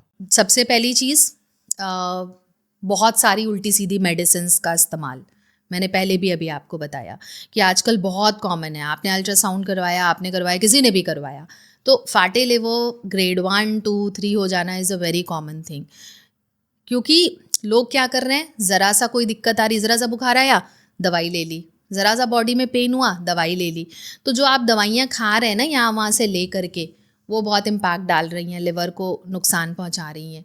दूसरा, डाइट, कि आप अपने डाइट में क्या कंज्यूम कर रहे हैं। सिर्फ पेट नहीं भरना है, क्वांटिटी से मतलब नहीं होना चाहिए, क्वालिटी ऑफ फूड मैटर्स। तो लोग क्या करते हैं कि ठेले पे खड़े होकर के 10 रुपए का थाली वाला खा लिया एकदम भर करके पेट, लेकिन आपने ये नहीं देखा कि वो किस तरीके से बनाया गया है, उसमें क्या मसाले यूज़ हुए हैं, कितने साल पुराना वो तेल यूज़ कर रहे हैं। तो ये सारी चीज़ें नुकसान ऑब्वियसली करेंगी लिवर को। डाइट बहुत इंपॉर्टेंट फैक्टर है। और लिवर के लिए जो भी लोग अल्कोहल वगैरह का इस्तेमाल करते हैं, तो वो भी लिवर को बहुत इम्पैक्ट डालता है। साथ ही साथ स्ट्रेस भी एक बहुत बड़ा फैक्टर है जो लिवर को ख़राब करता है। तो there are number of causes, but then again liver ठीक तरीके से फंक्शनिंग में है या नहीं है, इसका बहुत, अगर सिंपल सा सिम्टम्स देखना चाहें तो बस वही है कि आपका पेट ठीक तरीके से साफ़ हो रहा हो, आपको एसिडिटी ना हो रही हो, तो लिवर भी आपका फैटी नहीं होगा। ग्रेड 1, ग्रेड 2, ग्रेड 3 कैसे पता चलता है? ये तो रिपोर्ट्स पे पता अल्ट्रासाउंड चलता वगैरह है ना, करके? जब होल एब्डोमिनल अल्ट्रासाउंड कराते हैं तो उस रिपोर्ट में ये निकल करके आता है कि कौन से ग्रेड में अभी आपका लिवर चल रहा है। एक होता है उसमें फोड़ा, एक हम लोगों की लैंग्वेज होती है जो लीवर में हो जाता है, जिसको साइंटिस्ट की अपनी अलग अलग लैंग्वेज है, साइंस की। हाँ, सिस्ट वगैरह। ठीक है। तो वो क्या करता है कि पस जैसा होता है लीवर में आ जाता है, जिसको बोला जाता है कि अल्ट्रासाउंड से ही उसको निकाल दिया जाएगा। और फिर जब इस मरीज को पता नहीं होता है कि मेरे लीवर में कुछ ऐसा है जो अल्ट्रासाउंड से निकाला जाता है, तो उसको बोल दिया जाता है कि आपका ऑपरेशन होने वाला है ना। तो एक तरीके से बीमारी छोटी होती है लेकिन दिखाया बड़ा जाता है, या मरीज को वो चीज़ पता नहीं चलती क्योंकि भ्रम बहुत ज़्यादा फैल चुका है। क्या लीवर की जो प्रॉब्लम्स है, फैटी लीवर, ये अपने आप चला जाता है अगर सही से हम लोग अपनी हेल्थ को करें, या इसके लिए ऑपरेशन करने की नीड पड़ती है? सबसे पहले तो सही सुझाव, सही जगह पे आपको पहुंचना होगा। ठीक है। अगर आप सीधे आपके लिवर में इस तरीके की प्रॉब्लम निकली और आप सर्जन के पास पहुंच जाएंगे, तो सर्जन तो सर्जरी ही बताएगा ना आपको। तो बेसिकली अगर इस तरीके की प्रॉब्लम होती है तो आई थिंक लिवर के लिए बेस्ट अगर कोई ट्रीटमेंट है तो वो होम्योपैथी में है। तो सबसे पहले कोई भी सर्जरी, ऑपरेशन आप जो भी करवाने जा रहे हैं, तो सबसे पहले मेडिकेशन ज़रूर करिए, और सलाह लेने में कुछ नहीं जाता, तो सलाह ज़रूर लीजिए। आप होम्योपैथिक से भी सलाह लीजिए, आप एलोपैथिक से भी सलाह लीजिए। सर्जरी लास्ट ऑप्शन रखिए, कभी भी उसको पहला ऑप्शन मत रखिए। पहली चीज़ ये। और दूसरी चीज़, जैसे आपने ये बोला कि लोग भ्रम बना रहे हैं या डराने वाली बात है, तो मैंने पहले भी कहा कि डॉक्टर्स का काम डराना होता ही नहीं है। डॉक्टर से ज़्यादा समाज डरा देता है। हाँ, तो इनकी उनकी सुनने की क्या ज़रूरत है। जो लोगों का आप कंसल्टेशन नहीं दे रहे हैं, आप उनके सुझाव भी मत लो। डॉक्टर इसीलिए कंसल्टेशन लेता है ताकि वो आपको सही सुझाव देगा। तो आई बिलीव आसपास के जो लोग डॉक्टर्स बनते हैं ना, उनसे तो आप सुझाव लेना बंद करिए। लोग यही करते हैं कि वो तो ये कह रहे थे, वो तो ये कह रहे थे। मेरे पास जब पेशेंट्स आते हैं तो हमारी बगल की हैं, वो तो ये कह रही थी कि उनको ज़रा सा दर्द हुआ और ब्रेस्ट कैंसर निकल गया। तो इनकी उनकी सुनना बंद करिए, डॉक्टर का सही सुझाव लीजिए। एक बार ऐसे कि एक रिसर्च हो रही थी जो कि एक यूनिवर्सिटी ने करा था बच्चों के ऊपर। तो 2-3 ग्रुप बनाए, बोले कि हम आपको कोई ऐसी चीज़ पिलाएंगे जिससे आपको ये डिसीज हो जाएगी, कोई भी है, ऐसा बना दिया उन्होंने। और 15-15 का 3 ग्रुप बना दिया, उनको पिला दिया।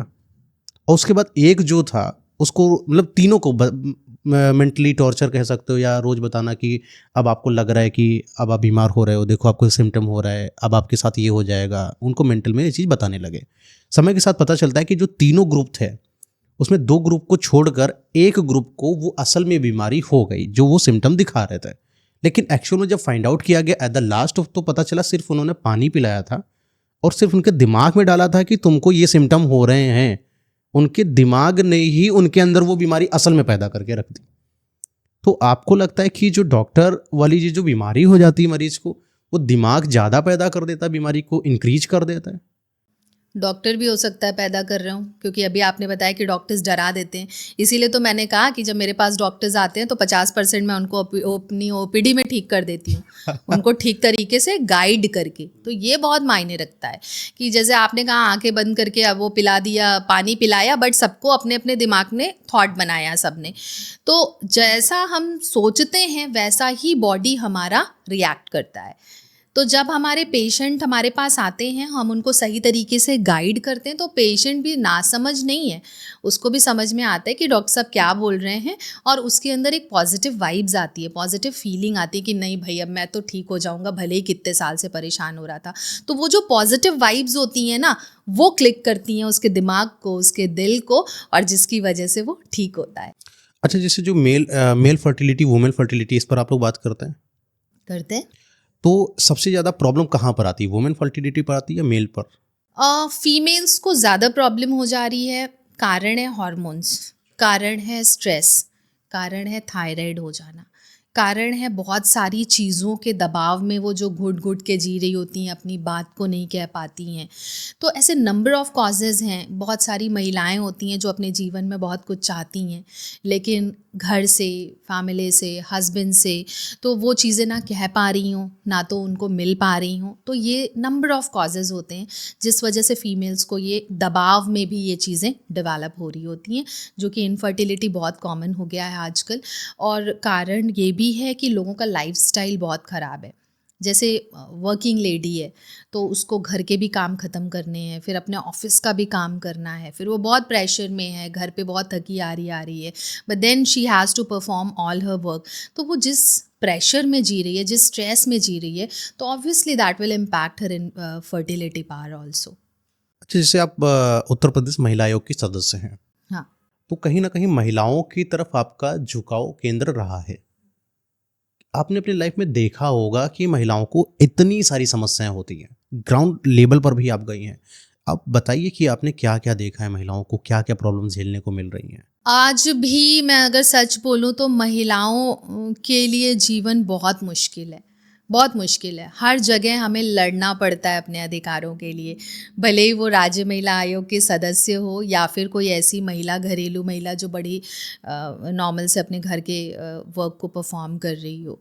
तो हम तो ऐसे लोग हैं कि एक्स्ट्रा करेज के साथ जीते हैं और रास्ता बनाना जानते हैं, मुझे ऐसा लगता है। और महिलाएं क्योंकि बहुत सारी प्रॉब्लम्स फेस कर रही होती हैं, तो इसीलिए एक महिला आयोग का गठन भी किया गया ताकि इनकी जो इस तरीके की प्रॉब्लम्स हैं उनको हम रिजॉल्व कर पाएँ। बट क्योंकि आजकल जो हम लोग जन सुनवाइयाँ करते हैं हम, और जन सुनवाइयों में हमारे पास जो केसेस आते हैं वो बहुत वैराइटीज़ ऑफ केसेस होते हैं।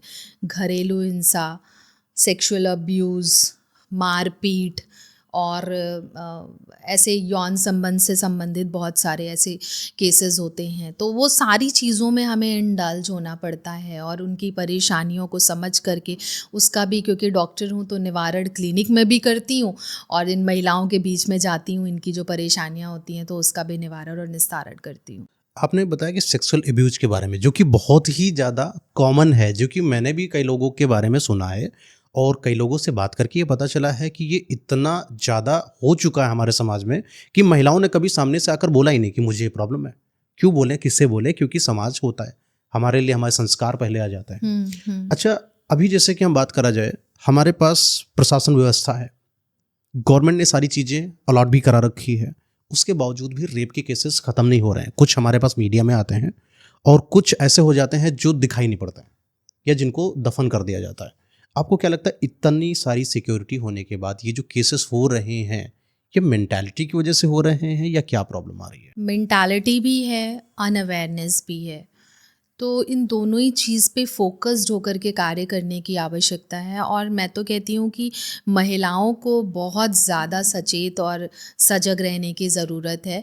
और वो एक जो सिक्स सेंस होता है ना, उसका हमेशा इस्तेमाल करना चाहिए, क्योंकि इस तरीके की जो चीज़ें फीमेल्स के साथ हो रही हैं नो डाउट बहुत दुखद हैं। और हम लोग तमाम इस तरीके के प्रोग्राम्स भी चला रहे हैं, सरकार भी मिशन शक्ति चला रही है लगातार, ताकि ऐसी चीज़ों को रोका जा सके और महिलाओं की मदद की जा सके। तो उत्तर प्रदेश में माननीय योगी जी की सरकार है जो ज़ीरो टॉलरेंस की नीति पे कार्य करती है। और हमारा ये प्रयास होता है कि हम सारी महिलाओं को ठीक तरीके से कानूनी व्यवस्था पहुंचा पाएँ उन तक, जो भी उनके उत्पीड़न है उसके लिए।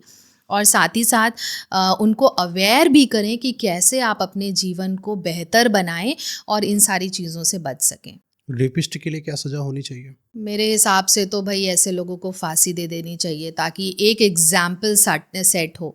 क्योंकि ये जो महिलाएं पीड़ित होती हैं, जब ये अपनी शिकायतें लेकर के लोगों तक जाती हैं तो इनकी आइडेंटिटी तो सबके सामने आ जाती है, बट जो सज़ा होती है ना ये रेपिस्ट के लोगों, इस टाइप के लोगों की, मुझे लगता है ये सज़ा भी पब्लिकली मिलनी चाहिए इनको, ताकि लोगों को पता चले, लोगों के दिमाग में वो डर बैठे, भय आए कि अगर हम इस तरीके की कोई भी घटना को अंजाम देते हैं तो कितना मतलब स्ट्रिक्ट एक्शन इस पे हो सकता है। तो वो डर तो बहुत ज़रूरी है, जो मुझे लगता नहीं है कि आजकल लोगों के दिल दिमाग में रह गया है। और इस वजह से ये केसेस बढ़ते ही जा रहे हैं और हमें परेशान कर रहे हैं बहुत। हमारे पास पुलिस एक्टिव है, पुलिस क्या क्या नहीं कर सकती है। एक देश को बर्बाद करने तक की क्षमता रखते हैं हम, एक्सटर्नल के लेवल की अगर बात करें। इंटरनल में हम प्रॉब्लम सॉल्व नहीं कर पा रहे हैं। ऐसा नहीं है कि प्रॉब्लम सॉल्व नहीं कर पा रहे हैं, पुलिस भी बहुत दृढ़ता से लगी हुई है, शासन प्रशासन सब लगा हुआ है कि इस तरीके की चीज़ों को रोक पाएँ। पहले के देखिए उत्तर प्रदेश में अभी माननीय योगी जी की सरकार है और बहुत नकेल कसी गई है। अब तो बहुत नकेल कसी गई है, लोगों को डर है कि अगर हमने कुछ भी गलत किया तो उत्तर प्रदेश में बाबा है और बाबा छोड़ेंगे नहीं। और पहले की सरकारों में क्या होता था कि केसेस रिवील ही नहीं हो पाते थे, केसेस पुलिस तक ही नहीं पहुंच पाते थे, FIR नहीं लोगों की लिखी जाती थी। तो आज वो सारी चीज़ें इतनी ईजिली हो रही हैं, महिलाओं को न्याय मिल रहा है। और जब उत्तर प्रदेश की सरकार में महिलाओं को न्याय मिल रहा है तो उनके अंदर फेथ जनरेट हो रहा है इस सरकार के प्रति। और इस वजह से भी अगर उनके ऊपर किसी भी तरीके का उत्पीड़न होता है तो वो शिकायत लेकर के तुरंत बाहर निकलती हैं। वो उसको लेकर के किलस नहीं रही होती हैं अपने मन में कि अरे अब मैं क्या करूँ, किससे कहूँ, कहाँ जाऊँ। वो राज्य महिला आयोग के पास आती हैं, क्योंकि यहाँ महिलाएं ही बैठी हैं जो उनका दुख दर्द भी समझती हैं और उनको न्याय भी दिलवाती हैं। चलिए, आपकी इस चीज़ को मैं एक फ्रेमिंग करता हूँ। आपकी पूरी बात को मैंने समझा है और मैंने 2-3 चीज़ें अंडरस्टैंड करी। आपने बोला कि रेपिस्ट को दंड मिलना चाहिए, वो भी भयंकर लेवल पर। मैंने आपसे पूछा था कि क्या मेंटालिटी प्रॉब्लम हो सकती है, उस पर भी आपने हाँ बोली। एक आपको फ्रेम दिखाता हूँ। आज से बहुत ज़माने पहले की बात है, जब वही 90s-80s की बात थी, तो जब महिलाओं के साथ कुछ ऐसा सेक्सुअल हैरेसमेंट चीज़ें करी गई तो महिलाओं ने अपने माँ बाप को नहीं बताया। क्यों नहीं बताया? पापा से ये बात कैसे बोलें? पहली बात तो डर था, पापा से बात कैसे बोलें। ठीक है, एक समाज थोड़ा सा अपग्रेड होता है, हम 90s की तरफ आते हैं। लड़कियों के अंदर हिम्मत जुटी, पापा भी मेरे फ्रेंड है, मम्मी भी मेरी फ्रेंड है, वहां तक बताई। अब पापा गुस्से में, पापा के अंदर अपना ईगो मुखिया वाला है, गए देखा कि अगर समाज के अंदर बोल दिया मैंने ये बात तो मेरी बेटी की तो बारात नहीं होगी। दिक्कत आ गई, समाज ने वहां पर रोक दिया। अभी भी रेपिस्ट सामने ही नहीं आ पा रहा है, समाज थोड़ा और अपग्रेड हो गया। अब प्रशासन व्यवस्था को आगे लेकर आया गया, पुलिस जगह जगह पर चौकी बनवाई गई। अब एक अंदर हिम्मत पैदा हुई इंसान के अंदर कि मैं बोल सकता हूं अपनी बात। सुनवाई होगी, गए पुलिस को बताया, पुलिस ने उस चीज के लिए सही एक्शन लिया। लेकिन समय के साथ उसी बेटी के ऊपर उनके अदर घर वालों ने गलत व्यवहार कर दिया, ये पूरे परिवार को ही नष्ट कर दिया। मैं ग्राउंड रियलिटी पर आ रहा हूं, ठीक है। तो यहां पर भी कहीं ना कहीं डर पैदा हुआ घर के अंदर कि मैं बताऊं तो बताऊं, किसे बताऊं। समय के साथ हमारा लोग क्या सोचेंगे, समाज क्या सोचेगा, क्या पता। एक बात के लिए रेपिस्ट कोई होता है, या तो बहुत घटिया होता है या तो बहुत बढ़िया होता है, दो होते हैं। एक बहुत अमीर करेगा या बहुत घटिया करेगा। और घटिया अगर कर रहा है रेपिस्ट, वो जब छोड़ के आ रहा है अपना जेल वगैरह, वो जाके फिर मार रहा है, पूरे परिवार को खत्म कर रहा है। तो परिवार वाले डर में है। समय के साथ महिला आयोग सिस्टम को एक्टिवेट करा गया, 1090 जैसी एक्टिवेशन सामने आई। जब भी एक रेपिस्ट को पकड़ा गया, उसको दंड दिया गया। आपके दंड के पैमाने पर आते हैं, दंड दिया गया, डर पैदा किया गया। बड़ा अच्छा सा व्यवहार सामने आया कि रेपिस्ट है तो दंड देंगे तो डरेगा। अब आते हैं डर की साइकोलॉजी पर। मुझे डर है किसी चीज़ से तो मैं वो काम दिखा के क्यों करूँगा? मुझे चोरी करना है, कैमरा लगा है सामने, मैं कैमरों को पहले ऑफ करूँगा, मतलब मैं आपकी प्रशासन व्यवस्था से हट के काम करूँगा। तो रेपिस्ट ने क्या किया? लड़की के साथ रेप किया और उसको धमका दिया कि तुम बोलोगी नहीं, और अगर तुमने बोल दिया तो परिवार को तुम्हारे खत्म कर देंगे। बड़ी हिम्मत हुई, जनरेशन और आगे बदलती है। लड़की ने बोल दिया, फिर रेपिस्ट पकड़ा गया, रेपिस्ट को मारा गया, मर्डर नहीं करा गया। फिर रेपिस्ट ने लड़की को ही खत्म कर दिया। अब रेपिस्ट क्या कर रहा है? लड़की का रेप कर रहा है। आज की प्रेजेंट में लड़की का रेप हो रहा है, लड़की को छोड़ ही नहीं रहा है। क्यों? क्योंकि कहाँ जाके जा रही है? प्रशासन के पास। वो जाके बता रही। अब मर्डर भी हो रहा है। पहले तो लड़की चलो कम से कम सेफ तो थी, अब तो रेप प्लस मर्डर। मीडिया कहीं ना आ जाए इसलिए कहीं ऐसे कोने में जहां पर दूर दूर तक कैमरा नहीं। तो जो आप लोग सोशल मीडिया पर देख रहे हैं वो इतना सा हिस्सा देख रहे हैं। ब्रॉड एरिया में तो आप लोगों ने कभी देखा ही नहीं। इतने सारे रेप हुए, रेप प्लस मर्डर जो सामने आए नहीं। तो ये मेंटालिटी प्रॉब्लम ही है। एक्चुअल में आप दंड देंगे, दंड के बचने के उपाय हैं। मुझे पता है मैं मर्डर हो जाएगा तो मैं बच के निकलूंगा ना। आप बताइए क्या दंड सही तरीका रहेगा क्या? देखिए, अब ये प्रावधान तो यही है ना। हाँ। और इसके बियॉन्ड भी हमारे पास कोई ऑप्शन है। ऑप्शन क्या ऑप्शन है? Mentality problem, sexual sex how you will education, change people sex mentality? Education. Sex education is fine, but किसी के दिमाग में अगर इस तरीके की मानसिकता चल रही है, इसको एक कहें कि साइको डिसऑर्डर है अगर किसी के दिमाग में सेक्सुअल एक्टिविटीज करने का, तो आप कैसे रिड्यूस कर लेंगे उस चीज को? कैसे रिड्यूस करेंगे? क्यों आया? There are number of things. No, मेरा जहां से लगता है, सॉरी मैं आपको डिस्टर्ब कर रहा हूँ इस चीज के लिए, हमारे पास पोर्नोग्राफी है। पोर्नोग्राफी एक्टिवेशन जो कि हमारे गवर्नमेंट ने बंद कर रखा था कि इंडियन में पॉन्स जैसी चीज़ों को हम लोग इनरोल नहीं करेंगे। समय के साथ गवर्नमेंट ने उस वेबसाइट को बैंड भी करा, लेकिन आज वीपीएन एक्टिवेशन की वजह से उन वेबसाइट का प्रचलन बहुत तेजी से है। इंडिया में ऐसा जब इस चीज़ को रिजल्ट को देखा गया तो सबसे ज़्यादा इंडिया हमारा इन चीज़ों को सर्च करने में एक्टिवेशन में आया था। मेंटालिटी में क्या है मेल्स के कि ये एक सेटिस्फेक्शन है, 18 की एज में आपको मिलेगी नहीं सेक्सुअल जैसी चीज़ें। आप शादी करोगे तभी ये सारी चीज़ें एक्टिवेट होंगी।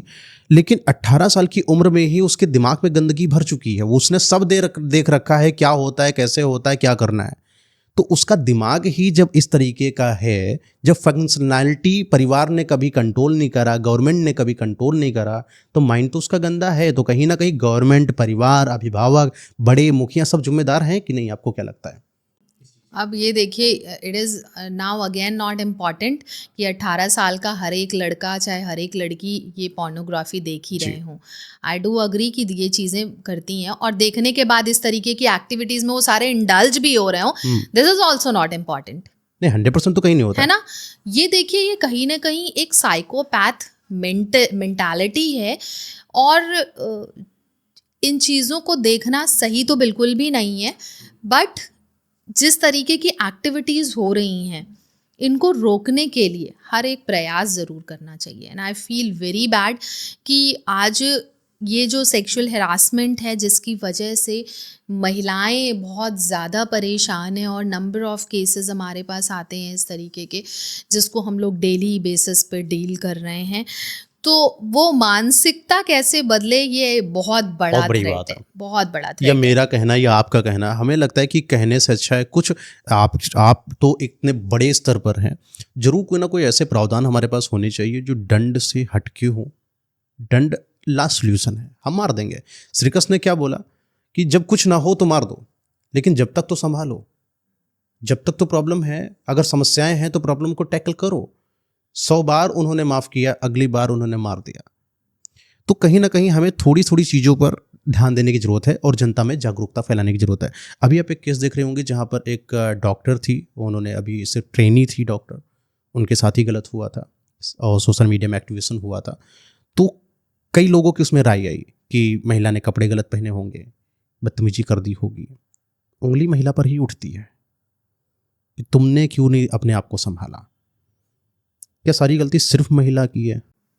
ये तो देखने का नज़रिया होता है ना लोगों का। और मैं कह तो रही हूँ, कितना भी विमेन एम्पावरमेंट की आप बात कर लो, लेकिन आज भी समाज में हर जगह पे हमें लड़ना पड़ता है अपने अस्तित्व के लिए।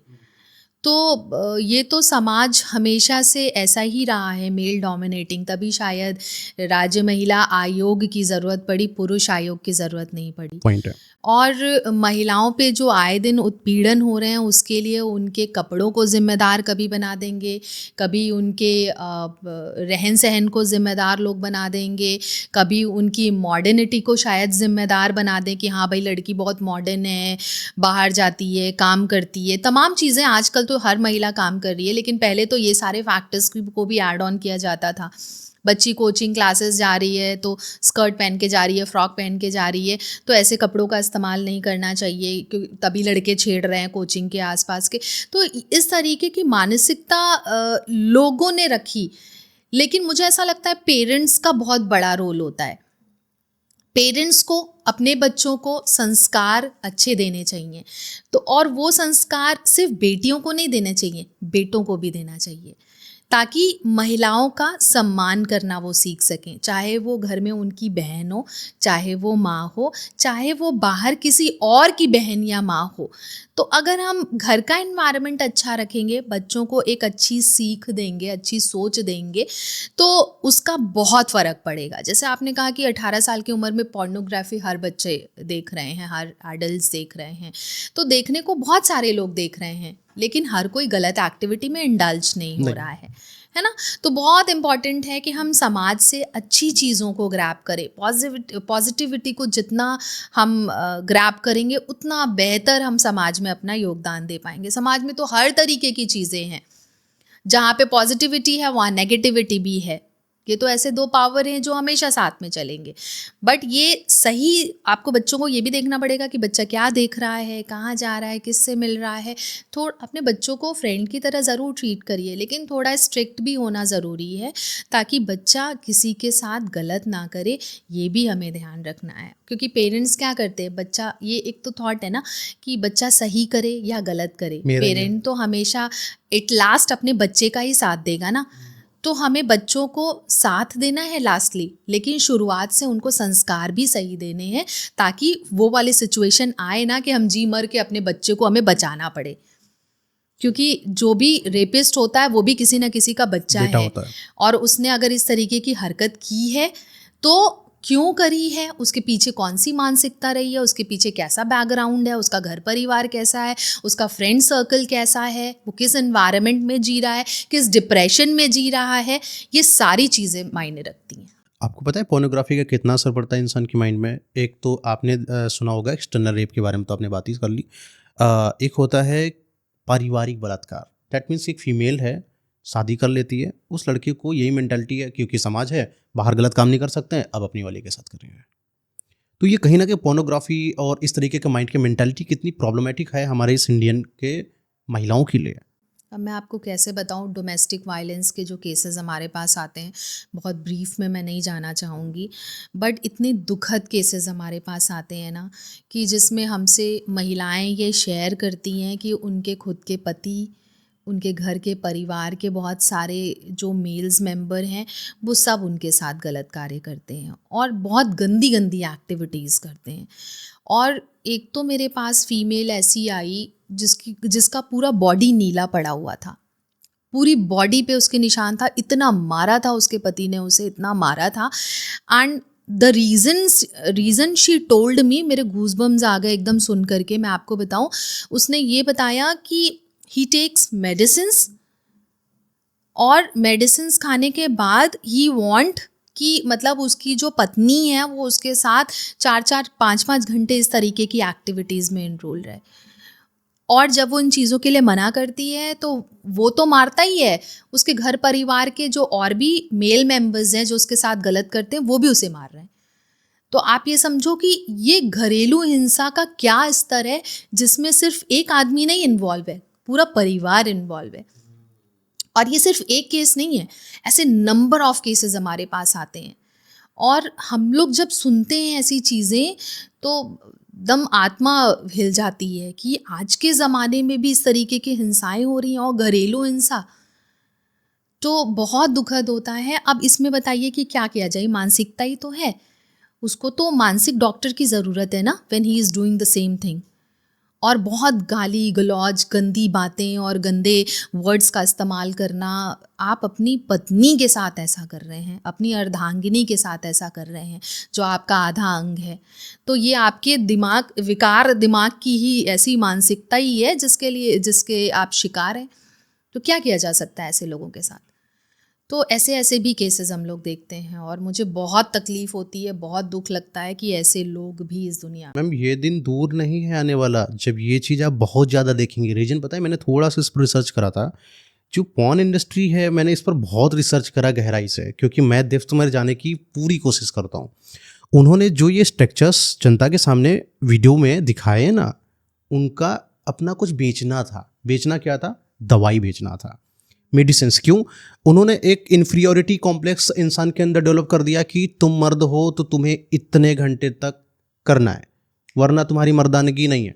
ये चीज़ कॉम्प्लेक्स डाल दिया। अब एक मेल को क्या लग रहा है कि हाँ यही सही है, चीख निकलवाना सही है।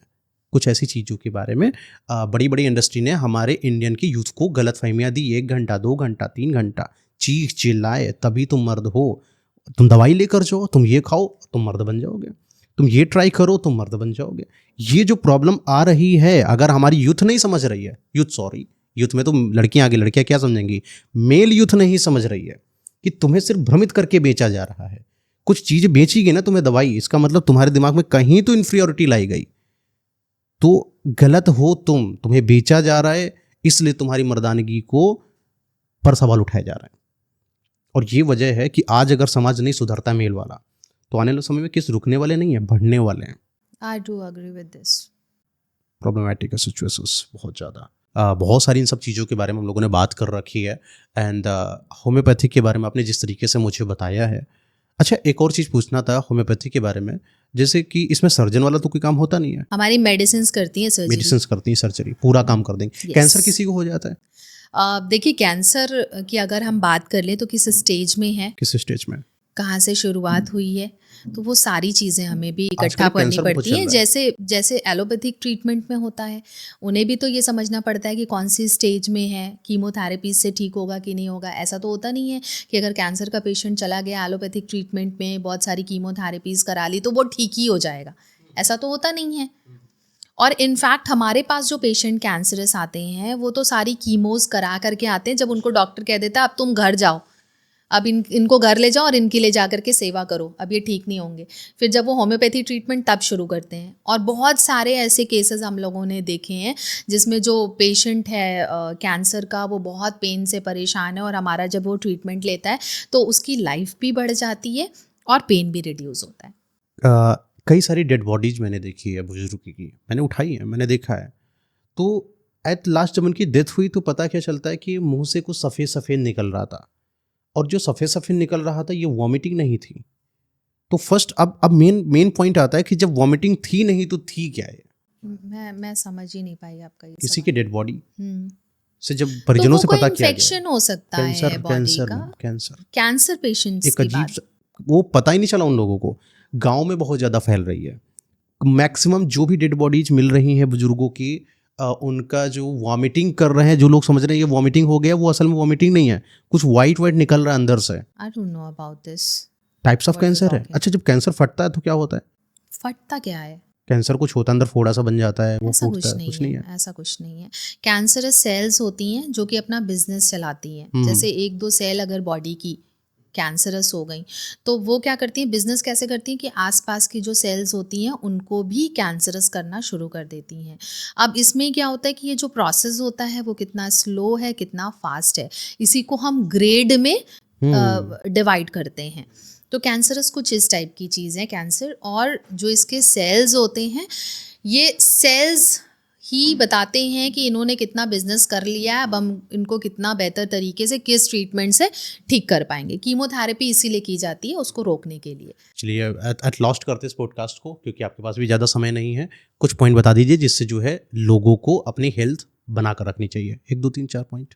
स्वास्थ्य के लिए, और वो भी सेहत की बात डॉक्टर प्रियंका मौर्य के साथ का सेशन सबसे पहले ज़रूर देखिए अगर खुद को स्वस्थ रखना चाहते हैं, क्योंकि मैं निरंतर तमाम ऐसे लाइव सेशंस और वीडियोस बनाते रहती हूँ जिसमें मैं बताते रहती हूँ कि क्या बीमारी है, तो क्या सिम्टम्स आते हैं और क्या आपका लाइफस्टाइल मैनेजमेंट होना चाहिए मेडिकेशंस के साथ।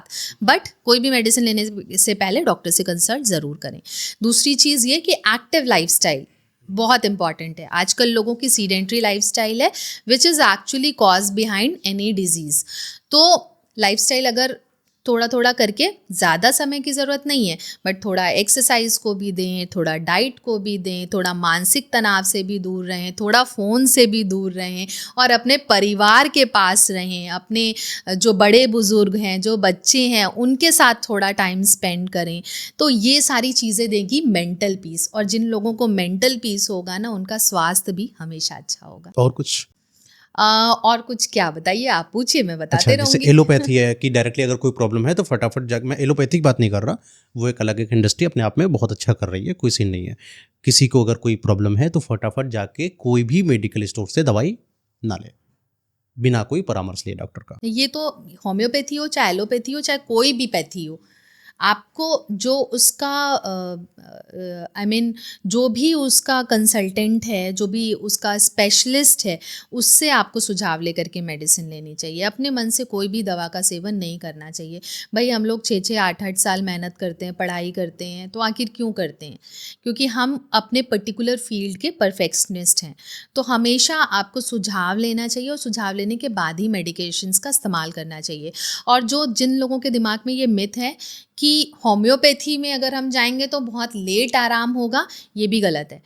कोई भी प्रॉब्लम होती है, आप एक्यूट स्टेज में आइए होम्योपैथिक डॉक्टर के पास, क्रॉनिक स्टेज आपकी डेवलप ही नहीं होगी और आराम भी तत्काल मिलेगा, वैसे ही जैसे और ट्रीटमेंट्स में मिलता है। एक और प्रॉब्लम चल रही है लड़कियों के अंदर, पीरियड्स हो रहा है, दर्द हो रहा है, क्रैम्प हो रहा है, दवाई खा ली। हाँ, ये तो बहुत ही अच्छा टॉपिक आपने बताया। डिस्मेनोरिया बोलते हैं इस बीमारी को, जिसमें पीरियड्स का पेन होता है और बहुत कॉमन है आजकल के ज़माने में। तो सबसे पहले तो नेचुरल चीज़ों पे ध्यान ज़रूर दें। नेचुरल चीज़ें जैसे कि जिन लड़कियों को पेन बहुत हो रहा है, रात में गुनगुना दूध लें, उसमें थोड़ा केसर और गुड़ मिला करके, हल्दी मिला करके डेली इसका सेवन करें। अपने डाइट में अनार ज़रूर लें, डेट्स ज़रूर लें, ये सब हार्मोनल मेडिकेशंस होते हैं। और साथ ही साथ होम्योपैथिक ट्रीटमेंट लें which is actually free of side effects. Apart from that, जो इनकी डिस्मेनोरिया की प्रॉब्लम है, जो पेनफुल मेंसेस की प्रॉब्लम है, आई टेल यू, अगर कायदे से 1-2 महीने आपने ये ट्रीटमेंट कर लिया तो पीरियड्स पेन ऐसे छू हो जाएगा। और क्रैम्प के लिए वो दवाइयाँ ना होगा खाएं। ही नहीं, कोई मेडिकेशंस की ज़रूरत नहीं पड़ेगी। जो क्रैम्प के लिए मेडिकेशंस खा रहे हैं ना, this is also responsible for आगे चल करके तमाम PCOD और इनफर्टिलिटी और ये सारी चीज़ें इस वजह से भी डेवलप हो रही हैं। तो फटाफट पेन रिलीव करने के चक्कर में ये जो जल्दी जल्दी वाला प्रोसेस है, ये हमेशा नुकसान फ्यूचर करता है। प्रॉब्लम करेगा। Thank you so much ma'am, आपने हमें अपना समय दिया एंड बहुत कुछ ऐसा था जो हम लोगों को जानने को मिला। एंड मोस्ट इंपॉर्टेंट, आप सभी लोगों से ये बताना चाहते हैं कि मैम का एक पेज है, मैम बहुत सारी चीज़ों के बारे में बात करती हैं। क्या क्या बात करती हैं जो कि आप खुद जाकर उनके पेज पर देखेंगे। सफ़ेद दाग होते हैं जिससे लोगों को डर होता है, पता नहीं जीवन में जाएंगे कि नहीं, शायद उस पर भी मैम काम करती विटिलिगो, हैं। वो भी हम ठीक उस करते हैं पर अपनी काम दवाई करते से। हैं। और भी ऐसी चीज़ें हैं जो आपकी लाइफ को प्रॉब्लम दे सकती है, जहाँ पर आप बहुत पैसा बर्बाद कर देते हैं। कई बार इंसान का पैसा भी जाता है और शरीर भी चला जाता है। एक्चुअली होता यही है। पेशेंट्स को सबसे ज़्यादा तकलीफ इसी चीज़ की होती है कि हम इतने साल से ट्रीटमेंट कर रहे हैं और ट्रीटमेंट करते करते हम अपना घर बार सब बेच चुके हैं, और शरीर भी लेकिन गया। फिर भी जो है बचे नहीं। शरीर में आराम नहीं मिला, हमारी बीमारी वैसी की वैसी। तो एक बार मैम के पेज को विजिट करें, मुझे लगता है कि बहुत कुछ सीखने को मिलेगा और हुई बीमारी को मैम से कंसल्ट भी कर सकते हैं, और ऑनलाइन ऑफलाइन जैसे भी आपको सही लगे। Thank you so much ma'am, आपने अपना समय दिया। Thank you.